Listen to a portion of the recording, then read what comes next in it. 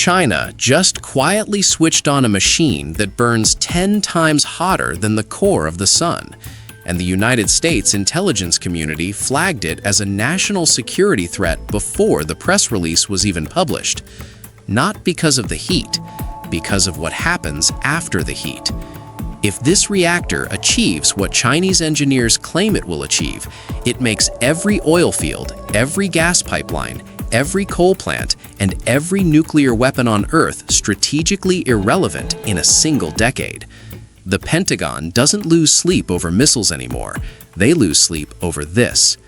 Join us, and let's discover how China's extreme science machines are quietly dismantling American global dominance. Let's go. Number 13. The Gobi Desert Solar Farm. China didn't just build a solar farm in the Gobi Desert. They built the largest single energy installation in human history on a patch of land so enormous it generates enough electricity to power Australia, and they did it in under 4 years. The Kubuki Desert Solar Project covers territory larger than the entire state of Rhode Island, with over 6 million individual panels arranged across sand dunes that were completely barren wasteland a decade ago. But the engineering story underneath the headlines is what makes Western energy analysts genuinely nervous. China didn't simply drop panels on sand. They engineered an integrated system where the solar panels shade the ground beneath them, reducing evaporation and allowing vegetation to grow in desert conditions that previously supported nothing. Underneath those panels, they installed drip irrigation systems. The land that generates electricity during the day produces vegetables and livestock forage during the growing season. A single installation simultaneously solves 3 separate national strategic problems: energy, food security, and desertification, at a scale that no other nation has attempted. The electricity generated doesn't stay local. It feeds into China's ultra-high voltage transmission network, power lines operating at 1,100 kilovolts, a voltage level that no other country on Earth has deployed at scale, which can carry electricity across thousands of kilometers with minimal loss. Energy generated in the Gobi reaches Shanghai with less transmission waste than a typical American city experiences moving power from a plant 30 miles away. The strategic implication is straightforward and alarming. China is building an energy infrastructure so massive and so efficient that their industrial manufacturing base will operate at energy costs that American and European competitors physically cannot match. When your electricity is cheaper by an order of magnitude, your factories win, every time. Number 12. The molten salt thorium reactor. In the deserts of Gansu province, China switched on a reactor in 2023 that runs on a fuel the United States abandoned in 1969 and has largely ignored ever since: thorium. The experimental molten salt thorium reactor at Wuwei is small by power plant standards, but its implications are seismic, because thorium changes the entire strategic calculus of nuclear power in ways that make uranium-dependent nations deeply uncomfortable. Thorium is roughly 3 times more abundant in Earth's crust than uranium. China has some of the world's largest thorium reserves, sitting inside rare earth mining deposits they are already extracting for other purposes. The fuel is essentially a byproduct of existing Chinese industry. They are already digging it out of the ground. The reactor burns it in a liquid salt mixture that operates at atmospheric pressure rather than the extreme pressures required by conventional water-cooled uranium reactors. Remove the pressure, and you remove the primary engineering mechanism behind catastrophic nuclear accidents. The physics of thorium also makes weapons proliferation dramatically more difficult. The nuclear material produced by a thorium fuel cycle is laced with highly radioactive isotopes that make it extraordinarily difficult to handle, transport, or weaponize covertly. A nation running thorium reactors is not accumulating a hidden weapons-grade material stockpile as a side effect of civilian power generation, the accusation that follows uranium programs from Iran to North Korea. China's plan is not to replace all uranium reactors with thorium immediately. It is to demonstrate the technology works, patent the key engineering solutions, and then export the design to developing nations hungry for cheap energy who cannot currently access Western nuclear technology due to non-proliferation restrictions. A nation running a Chinese thorium reactor has cheap power, no Western leverage point, and a 60-year infrastructure dependency on Beijing. Only 1% of people know the dark truth behind what we are about to show you next. If you want to be part of the few who actually know what's happening in the world, subscribe and leave a like right now. Done? Look at this. Number 11. The Tianhe Supercomputer Network. The United States held the title of world's fastest supercomputer for most of the past 3 decades and treated that position as a proxy for overall technological supremacy. China systematically dismantled that assumption by building not one faster machine, but an entire network of them, and then connecting those machines in ways that redefine what a supercomputer actually is. The Tianhe series, which translates to Milky Way, has gone through multiple generations, each one landing on the top 500 supercomputer rankings and forcing American engineers to recalibrate their assumptions about Chinese computing capability.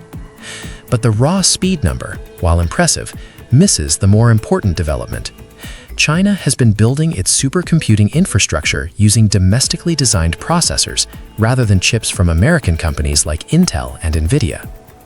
This became a national security priority after the United States imposed export controls restricting the most advanced American chips from reaching Chinese research institutions. Washington assumed this would slow China down. Instead, it accelerated the development of domestic Chinese chip design, a slower process initially, but one that produces a supply chain that American sanctions cannot touch. The Sunway processor architecture powering some Chinese supercomputers uses no American intellectual property in its core design. The applications running on these machines include climate modeling, pharmaceutical drug discovery, nuclear weapons simulation, hypersonic vehicle aerodynamic computation, and artificial intelligence training. Every one of those applications has direct military implications, and because the hardware running them is domestically manufactured, there is no export control lever that Washington can pull to limit access. China built the tool and built the factory that makes the tool simultaneously. Number 10. The South China Sea Artificial Islands. They are not islands in any geological sense. They are military installations constructed on top of submerged reefs in the middle of one of the world's most strategically critical bodies of water. And China built them using a dredging and construction operation so massive and so rapid that satellite imagery analysts at the Pentagon initially refused to believe the rate of progress their own photos were showing. In under 5 years, China transformed 7 submerged features in the Spratly Islands chain into artificial landmasses totaling over 3,200 acres of new territory. To put that scale in physical terms, they moved enough material from the seafloor to bury the entire island of Manhattan under several feet of sand and concrete. They did this using a fleet of purpose-built dredging vessels operating continuously, around the clock, across multiple construction sites simultaneously. The installations built on this new land are not fishing outposts or weather stations. They have runways capable of handling every aircraft in China's military inventory, including its most advanced fighter jets and long-range bombers. They have radar arrays, missile defense batteries, underground fuel storage, and deep-water port facilities for naval vessels. Each island functions as an unsinkable aircraft carrier permanently positioned in the center of sea lanes through which approximately $5 trillion in global trade passes every single year. The international legal ruling from the Permanent Court of Arbitration in 2016 declared China's island claims invalid under international law. China's official response was to print the ruling's full text, stamp the word null across every page, and continue construction. The islands now exist. The runways are operational. The missiles are deployed. Legal documents do not change geography, and China just changed the geography of the South China Sea permanently. Number 9. The Quantum Communications Satellite, MISSIUS. In 2016, China launched a satellite named after an ancient Chinese philosopher and proceeded to use it to do something that physicists had been arguing was theoretically possible for decades, but that no nation had ever actually demonstrated at scale: transmit information using quantum entanglement across thousands of kilometers in a way that is physically impossible to intercept without detection. The MISSIUS satellite demonstrated quantum key distribution, a method of encryption where the encryption key itself is encoded in the quantum state of individual photons.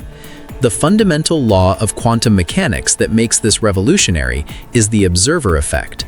Any attempt to intercept and read a quantum-encoded photon irreversibly alters its state. The eavesdropper's presence is automatically written into the signal. You cannot spy on a quantum communication channel without the people communicating knowing you tried. China used MISIUS to establish quantum-encrypted communication links between Beijing and Vienna, a distance of over 7,600 kilometers, in a demonstration that included participants from the Chinese Academy of Sciences and the Austrian Academy of Sciences. They held a quantum-encrypted video conference between the two cities. The encryption was not broken. It is not breakable with any technology that currently exists, including the quantum computers China is simultaneously developing. The military implications of an unhackable communication network are profound and immediate. Command and control communications between Chinese military headquarters and field units, submarine fleets, and nuclear forces could operate on quantum-encrypted channels that no foreign intelligence service, including the NSA, can penetrate. China is building that network now, city by city, satellite by satellite. It is the communications infrastructure of a military that intends to operate in an environment where American signals intelligence is completely blind. Number 8. The electromagnetic railgun. The United States Navy spent over $500 million developing an electromagnetic railgun, got it working, demonstrated impressive results, and then quietly shelved the entire program in 2021 due to power generation and maintenance problems that the surface fleet couldn't solve. China looked at the same technology, identified the same problems, apparently solved at least some of them, and was photographed testing a railgun mounted on a naval vessel years before the American program ended. A railgun fires projectiles using electromagnetic force rather than chemical propellant. The practical result is a projectile traveling at velocities between Mach 6 and Mach 8, 6 to 8 times the speed of sound, launched from a barrel that contains no explosives whatsoever. The magazine cannot cook off. There is no propellant fire risk. The ammunition is essentially just metal slugs, dramatically cheaper per round than conventional naval artillery shells and incomparably cheaper than guided missiles. At Mach 7, a railgun projectile carries kinetic energy equivalent to a small conventional explosive without carrying any explosive material. It hits with the force of a bomb and carries no warhead. The physics does the damage. More critically, at those velocities, the projectile's flight time to a target 100 miles away is measured in seconds, faster than current close-in weapon systems and missile defense batteries are designed to respond to. Photographs from Chinese naval testing facilities show what appears to be a functional railgun installation on a Type 072 landing ship. Whether the underlying power and barrel erosion problems are fully solved remains unknown outside Chinese military engineering circles. But China demonstrated a working naval railgun on an actual warship while the United States was canceling its program. That gap in development posture is not an accident. It is a deliberate signal. Number 7. The Beidou Military Precision Network. Everyone knows Beidou as China's answer to GPS. Fewer people understand that the civilian navigation service most users access is a deliberately degraded version of what the system actually delivers to military users. And the military-grade signal capability is what keeps American defense planners recalculating threat assessments on a regular basis. Standard GPS delivers civilian accuracy of roughly 3 to 5 meters under normal conditions. That is sufficient for driving directions and delivery logistics. Beidou's civilian signal performs at comparable levels. But the military-encrypted Beidou signal, accessible only to Chinese armed forces and selected strategic partners, delivers positioning accuracy that has been assessed by independent analysts at approximately 10 centimeters in optimal conditions, precision approaching the width of your hand. At 10-centimeter accuracy, the guidance system of a cruise missile doesn't aim for a building. It aims for a specific window on a specific floor of a specific building. Anti-ship missiles don't aim for a carrier's hull. They aim for the elevator that moves aircraft between the deck and the hangar. The difference between 5-meter GPS accuracy and 10-centimeter Beidou military accuracy is not a marginal improvement in weapons performance. It is the difference between striking a neighborhood and striking a room. The deeper strategic problem for Washington is the export dimension. China has signed Beidou service agreements with over 120 countries. Nations that integrate Beidou receivers into their civilian and military infrastructure become dependent on Chinese satellite infrastructure in ways that create long-term political leverage. When a country's air traffic control system, its military navigation, and its commercial shipping all run through Beidou, asking that country to align against Chinese foreign policy interests becomes a conversation that starts from a position of significant Chinese structural advantage. Number 6. The Type 096 nuclear submarine. America's nuclear deterrent rests on 3 legs: land-based missiles, strategic bombers, and ballistic missile submarines. The submarine leg is considered the most survivable because submarines are extraordinarily difficult to locate and track beneath the ocean. For decades, American Ohio-class submarines operated with a degree of acoustic stealth that Chinese naval vessels could not match, giving the United States confidence that its undersea nuclear deterrent was secure. That confidence is now being systematically eroded. The Type 096 Tyne-class ballistic missile submarine, currently believed to be in advanced stages of development based on satellite imagery of Chinese yardage, represents a generational leap in Chinese undersea nuclear capability. Previous Chinese ballistic missile submarines, the Type 094 Jin class, were assessed by American naval analysts as acoustically loud enough that they could be tracked by existing surveillance systems, potentially negating their deterrent value. The Type 096 is being designed to close that acoustic gap dramatically. Equally significant is the missile the Type 096 is being built to carry, the JL-3, a submarine-launched ballistic missile with an estimated range exceeding 10,000 kilometers. A submarine carrying JL-3 missiles does not need to leave the South China Sea to hold every major American city at risk. It can operate within a defensive perimeter of Chinese maritime forces, covered by land-based air defenses and surface fleet escorts, and still threaten targets across the continental United States.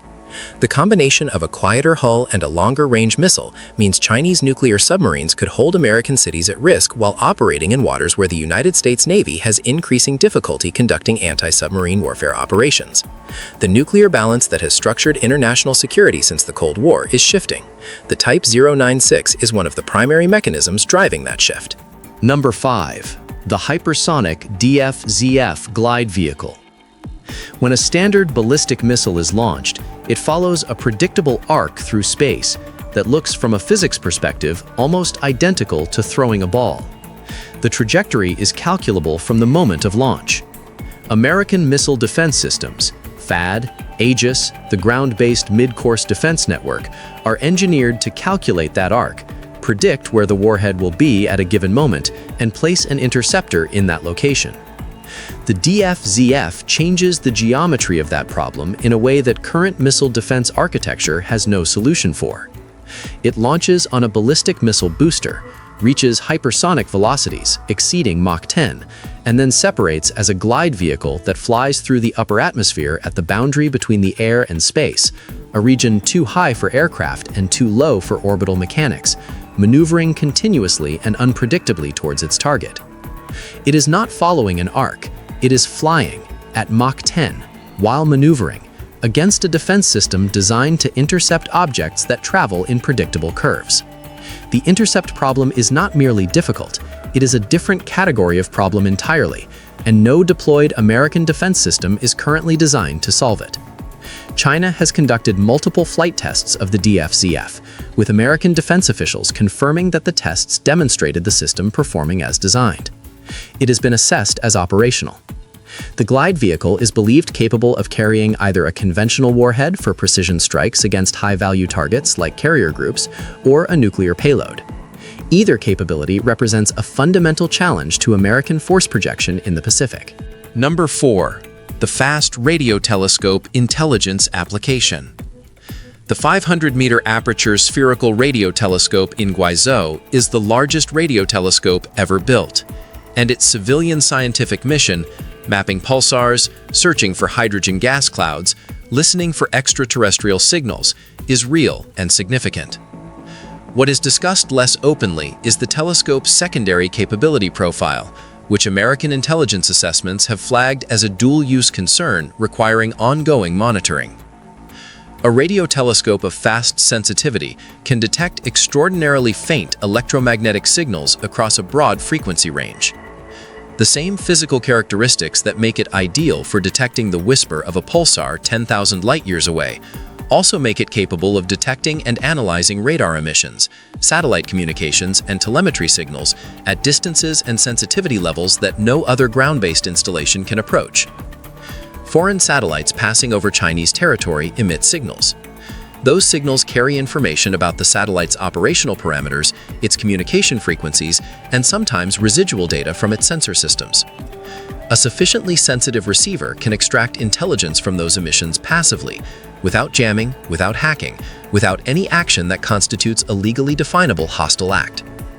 FAST is by orders of magnitude the most sensitive passive receiver ever placed on the surface of the Earth. American intelligence satellites operate on the assumption that their emissions can be monitored by ground-based receivers. The sensitivity level of those receivers has been a known and managed variable. FAST changes that variable in a direction that American satellite operators did not fully anticipate when the telescope was constructed. Every classified American satellite that passes within FAST's field of view is now operating in an electromagnetic environment that is measurably less secure than it was before 2016. That is not a theoretical concern. It is a physics problem with operational consequences. Number 3. The JF-22 Hypersonic Wind Tunnel. Outside Beijing sits a 167-meter tube that the United States Air Force Research Laboratory has described in declassified assessment documents as the most concerning single aerospace test facility currently in operation anywhere on Earth. The JF-22 hypervelocity wind tunnel does not use fans or compressors to generate its test airflow. It uses controlled chemical detonations, explosions, to accelerate gas columns to velocities that no mechanical compressor could approach. The result is sustained test conditions at Mach 30, 30 times the speed of sound, approximately 10 kilometers per second. At those velocities, the airflow in the test chamber undergoes chemical transformation. Nitrogen and oxygen molecules break apart under the energy of impact and recombine into plasma. The air becomes a fourth state of matter. Nothing conventional can be placed in that airflow without being instantly consumed. Specialized materials developed specifically for hypersonic vehicle leading edges, the sharpest, most thermally stressed points on any vehicle flying at these speeds, are what get tested here. This velocity range corresponds to warhead re-entry from intercontinental ballistic missile trajectories, and more critically, to the atmospheric entry profile of the next generation of maneuvering hypersonic glide vehicles China is developing. Every aerodynamic shape, every heat shield material, every control surface geometry for those vehicles gets validated in the JF-22 before a single test flight is attempted. The Americans and Russians have wind tunnel facilities. Nothing in the Western inventory tests above Mach 20 in a sustained, reproducible way. The American response to this facility has been a crash program to build comparable test infrastructure, estimated to take years and billions of dollars. During that gap, China is iterating on hypersonic designs using real test data. The Americans are iterating on computational simulations. In engineering, the side with real test data wins, every time. Number 2. The Zhurong Mars Rover and Deep Space Network. Landing a rover on Mars is something only 2 nations had ever successfully accomplished before May 2021, the United States and the Soviet Union, and the Soviet Mars 3 lander failed after 20 seconds of operation in 1971. For 50 years, successfully placing a functioning rover on the Martian surface and maintaining contact with it was effectively an American monopoly. China ended that monopoly on its first attempt, with a rover, an orbiter, and a lander, all deployed simultaneously from a single mission. The Tianwen-1 mission demonstrated something more alarming to NASA engineers than simply technical competence. It demonstrated systems integration at a level of complexity that typically requires decades of incremental missions to develop. Most space agencies build toward Mars through a progression, first an orbiter, then a lander, then a rover, each mission providing data and experience for the next. China skipped the progression and succeeded anyway. The Zhurong rover operated on the Martian surface for over a year, transmitting geological data, atmospheric measurements, and ground-penetrating radar surveys of subsurface ice deposits. Those ice surveys are the detail that matters most strategically. Water ice on Mars is the resource that makes permanent human presence on the planet possible. Rocket fuel can be manufactured from water through electrolysis. Drinking water is obviously essential. Agricultural systems require water. The nation that maps Martian water ice deposits with the highest resolution and accuracy before crewed missions begin will have an extraordinary advantage in selecting landing sites for permanent bases. China is building that map right now with data American missions did not collect. Behind Zhurong sits China's expanding deep space tracking network. Ground stations in Namibia, Argentina, and Antarctica, combined with relay satellites that give China independent communication coverage across the inner solar system. The infrastructure for sustained deep space operations, built without reliance on NASA's deep space network, is already operational. China is not preparing to go to space. China is already there. The HL-3 tokamak and the end of energy scarcity. Everything else in this list, the hypersonic missiles, the quantum computers, the surveillance satellites, the artificial islands, all of it assumes a world where energy remains a finite, contested resource that nations compete over. Oil fields get invaded, gas pipelines become political weapons, uranium supply chains get weaponized through export controls. The entire architecture of 21st century geopolitical competition is built on the foundation that energy is scarce and that controlling energy sources means controlling nations. The HL-3 tokamak in Chengdu is being engineered to make that entire foundation obsolete. It is China's next-generation fusion reactor, designed as the direct successor to the HL-2M, the machine that already sustained plasma at 160 million degrees Celsius, more than 10 times hotter than the core of the Sun. The HL-3 is not a scientific demonstration. It is an engineering prototype for a power plant. Its design specifications target sustained net energy gain, a fusion reaction that produces more power than the machine consumes to maintain it, running long enough and consistent enough to be treated as a real electricity source. The fuel is deuterium and tritium, isotopes of hydrogen that can be extracted from seawater and bred from lithium, respectively. The oceans contain enough deuterium to power human civilization at current consumption levels for billions of years. The primary reaction byproduct is helium, completely inert, non-radioactive, and commercially valuable. There is no carbon dioxide, there is no long-lived radioactive waste requiring geological scale storage, there is no fuel supply chain that sanctions can disrupt, there is no resource competition that could trigger conflict.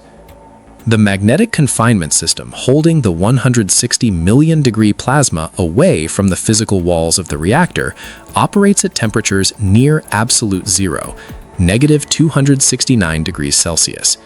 In a single room in Chengdu, China is running the hottest and coldest sustained conditions that exist anywhere in the known universe, simultaneously, separated by engineering precision measured in centimeters. The tokamak's superconducting coils generate magnetic fields that no naturally occurring phenomenon on Earth produces. The plasma inside is hotter than anything in the solar system except the Sun's core, and China built the conditions to exceed that.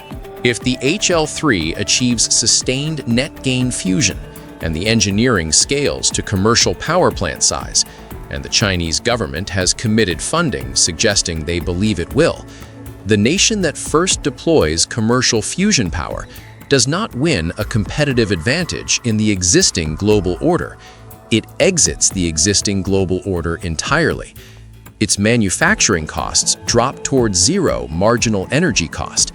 Its military no longer needs to secure oil shipping lanes.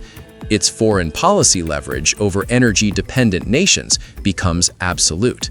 Its economy runs on fuel that falls from the sky as rain and rises from the ocean as water. The United States government has classified its own internal assessments of Chinese fusion progress. The scientists who are not bound by classification agreements are not subtle about what they believe is at stake. When physicists who have spent their careers downplaying fusion timelines start giving public interviews about urgency and resource allocation, something has changed in what the data is showing them. China is not building these machines to catch up. They are building them to leave, and the clock is already running. If you thought this was terrifying, you are not ready for what they found in the video on your screen. Click it right now. The truth is worse than you think.